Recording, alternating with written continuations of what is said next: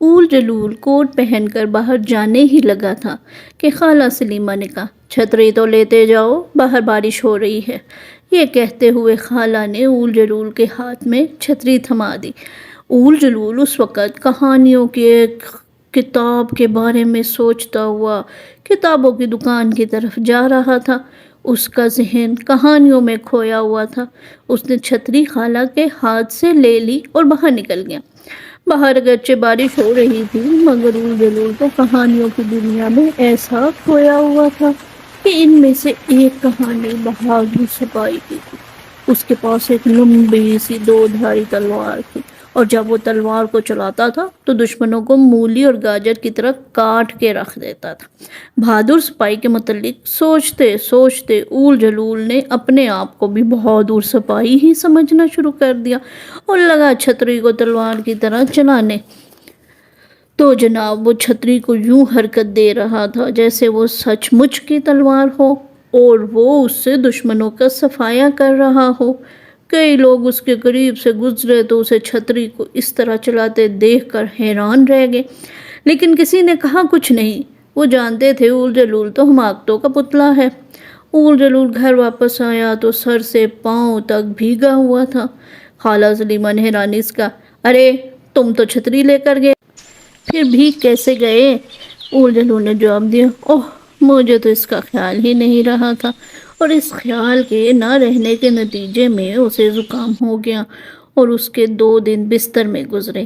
تیسرے چوتھے روز جب وہ باہر جانے لگا تو خالہ نے پھر چھتری اس کے ہاتھ میں تھما دی۔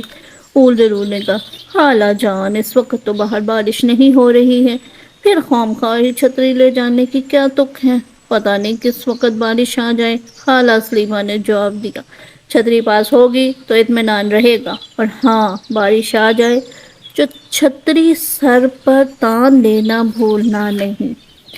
بالکل نہیں بھولوں گا، اول جلول نے کہا اور چھتری ہاتھ میں تھام کے باہر نکل گیا۔ اول جلول گھر سے نکلا تو بارش کے کوئی آثار نہ تھے، مگر ابھی تھوڑی دور گیا تھا کہ بارش شروع ہو گئی۔ بارش ہوتے ہی اسے خالہ کی تاکید کا خیال آیا۔ انہوں نے کہا تھا کہ بارش آ جائے تو چھتری سر پہ تان لینا۔ اول جلول نے فوراً ہاتھ اونچا کیا اور چھتری سر پر کر لی، بالکل اسی طرح جیسے کوئی چھری اپنے سر پر کر لے، اور اپنے خیال میں اس نے خالہ سلیمہ کے کہنے کے مطابق چھتری کو سر پر تان لیا، مگر یہ بات اس کے دھیان میں ہی نہیں آئی کہ چھتری کو کھولنا بھی ہوتا ہے۔ جب وہ گھر واپس پہنچا تو پھر سر سے پاؤں تک بھیگا ہوا تھا۔ خالہ سلیمہ نے اسے دیکھتے ہی ملامت کی تو وہ بڑی مسکین سی صورت بنا کے بولا، خالہ جان میں نے آپ کے کہنے کے مطابق چھتری کو سر پہ تان لیا تھا، اس کے باوجود میں بھیگ گیا تو اس میں میرا کیا قصور ہے؟ قصور تمہارا الٹی کھوپڑی کا ہے، خالہ نے کہا۔ تمہیں اتنا بھی خیال نہیں آیا کہ چھتری کو سر پر تاننے سے پہلے اسے کھولنا بھی ہوتا ہے؟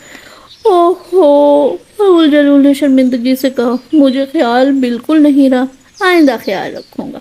اس وقت جو اس نے بے وقوفی کی تھی اس کے نتیجے میں کوئی 1 ہفتہ تک تو وہ بیمار رہا اور 2-3 روز تک بستر پر ہی پڑا رہا۔ کوئی 1 ہفتے کے بعد اول جلول اپنے ایک دوست سے ملنے گیا۔ اس وقت بھی اگرچہ بارش نہیں ہو رہی تھی اور نہ دور دور تک کوئی اس کے آثار تھے، مگر خالہ کی تاکید کے مطابق چھتری اس نے اپنے ساتھ لے لی۔ اول جلول کے اس دوست کا نام تو کچھ اور تھا، مگر اس کے بھاری بھرکم جسم کی وجہ سے سب اس کو ہاتھی خان کہتے تھے۔ اس کا مکان شہر کے دوسرے سرے پر تھا۔ اول جلول ہاتھی خان کے گھر گیا تو اس نے اول جلول کو کیک بھی کھلایا، چائے بھی پلائی۔ چائے کے بعد دونوں دیر تک گپ شپ کرتے رہے، یہاں تک کہ رات ہو گئی، اور پھر اول جلول اس سے رخصت ہو کے اپنے گھر کی طرف چل پڑا۔ وہ گھر سے کوئی دور تھا، تقریباً 50 قدم ہی تھا کہ اچانک بارش آ گئی۔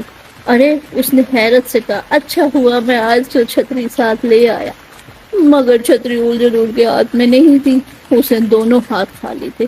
وہ بولا، ارے میری چھتری کہاں گئی؟ گھر سے تو میں چھتری لے کے چلا تھا۔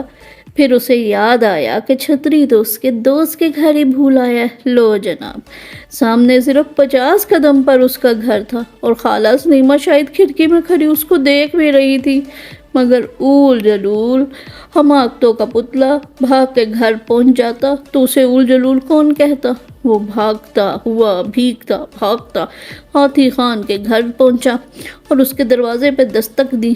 ہاتھی خان نے دروازہ کھولا تو اول جلول نے جلدی سے کہا، بھائی میری چھتری یا میں بھول گیا ہوں، جلدی سے دے دو تاکہ میں اسے کھول کے سر پر لگا لوں، نہیں تو میں بھیگ جاؤں گا۔ ہاتھی خان نے ہنستے ہوئے کہا، تم تو پہلے ہی بھیگ چکے ہو، اس سے زیادہ اور کیا بھیگو گے؟ رہی تمہاری چھتری تو وہ تو تمہارے جانے کے کچھ دیر بعد ہی میں نے اپنے نوکر کے ہاتھ تمہاری خالہ کے ہاں بھجوا دی تھی، شاید تمہارا اس کے سامنا ہی نہیں ہوا۔ بدقسمتی سے اس وقت گھر میں کوئی اور چھتری نہیں ہے، ورنہ میں تمہیں ضرور دے دیتا۔ اول جلول ایک بار پھر بارش میں بھیگتا ہوا خالہ کے گھر کا رخ کیا۔ وہاں پہنچنے تک وہ بالکل شرابور ہو چکا تھا۔